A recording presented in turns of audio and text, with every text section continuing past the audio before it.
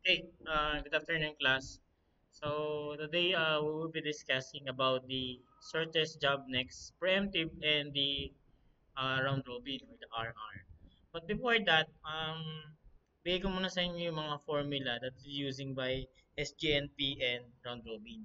That's why hinuli ko itong yung SGNP sunod ng round robin dahil nga halos similar sila ng computations and formulas. Like for example, so we have given this one, we have given, okay. So in SJNP, laging inuuna talaga natin diyan is yung mga first time to arrive, this one. That's why P3 natin is nauna siya dito. And then nag-burst siya ng 4.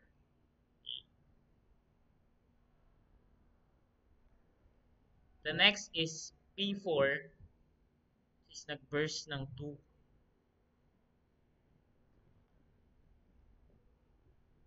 Ay, ito pala yung formula natin, guys. Natin, no? Sana yun eh. Second sample yun. Okay. Okay, dito muna tayo. Okay, so we have SJNP and round robin. Dito lang tayo mag-concentrate muna sa yellow. So, syempre, ang uunahin natin dyan will be the P1.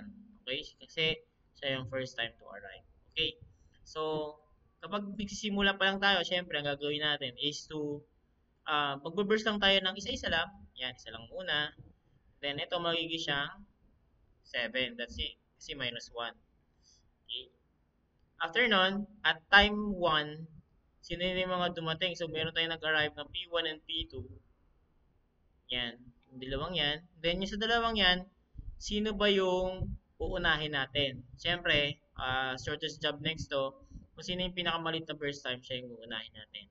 Okay? So, dito, mas maliit si P2. That's why, inuna natin si P2 instead of P1. So, minus 1 natin to. Magiging siyang uh, 3. Isa lang muna na. So, P2. At time 2, dumating na si P3. Ito na. Silang tatlo na. Okay? So, kasi arrival time. At time 2, so meron tayong tatlong dumating. Ngayon, searcher's job next, sino yung pinakamaiksing first time, siya yung unahin natin. That's why, sumunod na dito si P3. Yan.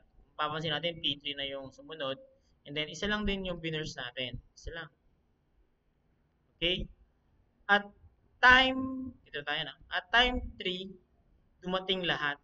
Okay? Yung ruling natin dun sa computations ng SJN or other algorithms is kapag dumating na lahat, i-burst na natin siya lahat. Wala na tayong magagawa. Huwag nang pa isa-isa. Okay? Dito kasi, for example, sino ba ang pinakamaliit na first time dito? P4 kasi binurst, isa lang yon, that's why binurst na natin lahat. So magiging na siyang 0. So ibig sabihin si P4 eliminated na siya. Okay? Next one is P3. Si P3 kasi, ang natitira lang sa kanya is 1 na lang. No? Kaya ang gagawin natin, i-burst natin lahat, kaya naging 5. Okay. The next one, hanapin nyo lang yung pinakamaliit na burst time, which is P2. So, 3 yung i-burst natin, kaya 5 minus 3, that is 8. And the last one is 7. So, 8 plus 7 is equal to 15. Okay. So, kung mapapansin nyo kanina, meron akong binigay ng formula. Ito yun. Natin dito. Okay? So, yung una nating kukunin is the turnaround time. Sabihin nyo ito, turnaround time, finish time, as arrival time. Okay? So, yung turnaround time natin is, para makuha natin ito, kailangan mo nating mahanap yung finish time. Kasi meron na tayong arrival time. Ito na yun. No? So, balik natin yung kulay ulit. Okay? So, yung saan natin makukuha yung finish time? So, kung titignan natin doon sa graph natin, yung finish time is kung saan natapos yung process natin. For example, yung P1, ito, dalawa siya. We have ito, tapos this one. So, ang target natin is kung kailan siya natapos, which is 15. Hindi natin kukunin yung 1 kasi nga matapos siya ng 15 at time 15. That's why nakalagay dito 15. Then P2 is 8. P3 is 5. And then P4 is 4. Yan. Okay, sabi niya dito, sir, paano ba kunin yung turnaround time? Ang turnaround time is finish time minus the arrival time. That's why 10 minus 0, this is 15. 8 minus 1, 7. 5 minus 2, that's 3. 4 minus 3 is equal to 1. Okay. After nun, kailangan natin makuha yung waiting time. Waiting time is T80 minus burst time. Okay. So, 15 minus 8, that is 7. 7 minus 4, that is 3. 3 minus 2, that is 1. And then 1 minus 1 is equal to 0. And then, you average it. Yun na, nakuha na natin yung average waiting time. As you can see, dun sa SGNP tsaka sa round robin, ang kinukuha natin dito is the finish time, not the start time, no? So, hindi katulad ng first come first serve tsaka ng SGNP or non-preemptive, ang kinukuha natin yung mga nasimula nila. For example, P1, 0 yun. P2, 1 yun.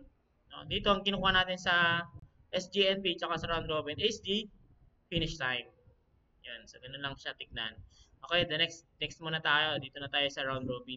Kasi halos magkapareho sila pala. But then, paano lumayo to? But then kasi sa round robin, meron tayong tinatawag na quantum. Okay, ano yung quantum? Yung quantum is yung reverse natin kada oras, kada process. Ibig sabihin, hindi na tayo manghuhula. Kasi dito nanghuhula tayo, ilan ba yung reverse ko? 1 ba? 2 ba? 3 ba?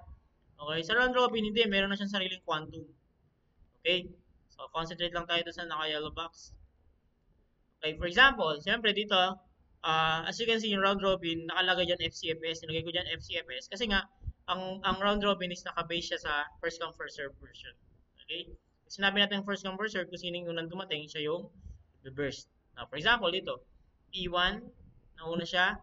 Ilan lang i-reverse ko? 2. Kasi ang quantum natin, 2 lang. Okay, ibig sabihin, kada burst, kailangan bawasan ko siya ng 2. So, magiging siyang 4, that's 2. Then, P2, wala na yung value. Okay. P2, 2 lang ulit. So, magiging na siyang 2. Okay. Next is P3, magiging siyang 2. That is 3. Okay. Next, P4, that is 2. Magiging 1 na lang. Okay. Next, after nung isang round, babalik sa pinakauna. Okay? Tignan niyo yung sequence ito. Dapat yun pa rin yung sequence ito. Pero na lang kung naubos na yung first time. Okay?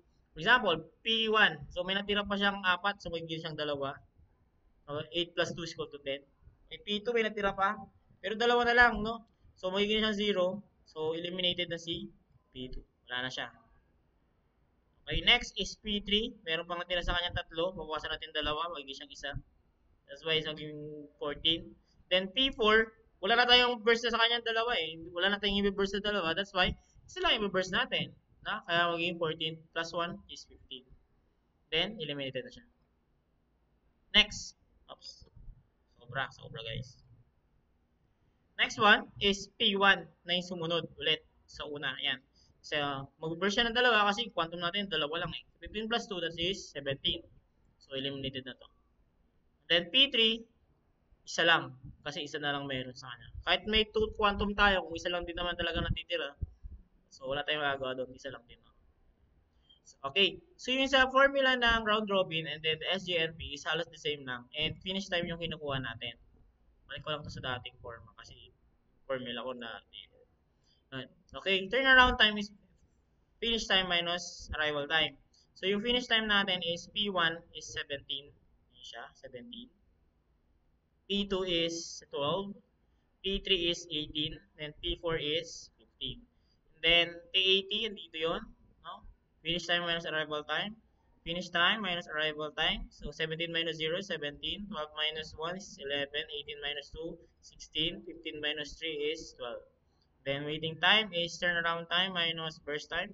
17 minus 6, 11. 11 minus 4 is 7. 16 minus 5 is 11, 12 minus 3 is 9. And then, i-average mo sila.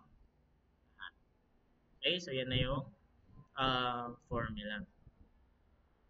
So, ganun lang naman kunin yung SGNP. But then, meron tayong example dito. Yan, no? Pwede nyo siyang i-screenshot to analyze. Bakit kaya binurse ni sir yung 4 dito sa P3? No? Bakit kaya sa tingin nyo? Kaya ganito yung explanation nun eh. For example, siyempre ang una natin yan yung first to arrive eh, no? P3 na. So, sa first explanation yan, kung mag-isa-isa tayo dyan, for example, P3. Okay, first tayo isa lang. No? Sa time 1, dumating si P2. No? So, magiging siyang trip pala. Okay, dumating si P2. Pero at time 1, mas malaki pa rin, mas maliit pa rin si P3. Kaya ngayon, gagawin niya, susundin ulit siya. Magiging 2. So, magiging ano na lang to, 2. Okay? At time 2, dumating yung tatlo. Okay? As you can see, meron tayong burst time 5, 2, 2, nag-tie yung P3 tsaka P4. Kaya lang, may ruling tayo na kapag tie yung burst time natin, titingin tayo sa arrival time. Okay? Kaya siya pa rin ang unahin natin. Magiging itong 3. Okay? So, ito magiging 1. So, ngayon. Okay? At time 3, dumating na lahat. No?